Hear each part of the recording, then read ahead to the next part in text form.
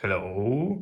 Currently I'm trying to fix this absolutely beautiful cloth dryer that is constantly reporting that the tank is full of water when in reality it's not. I decided to open our machine and check pump and the float sensor.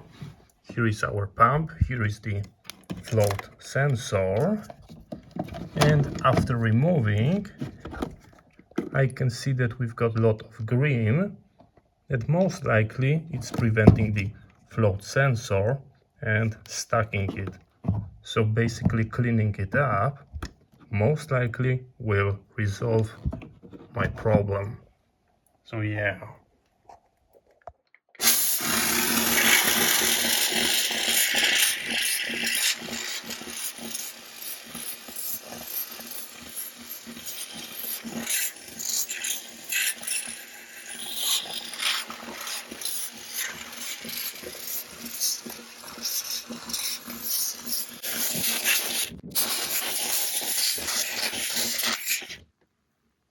And here we've got it after steam cleaning. The flow switch works absolutely perfectly. So yeah, let's mount it.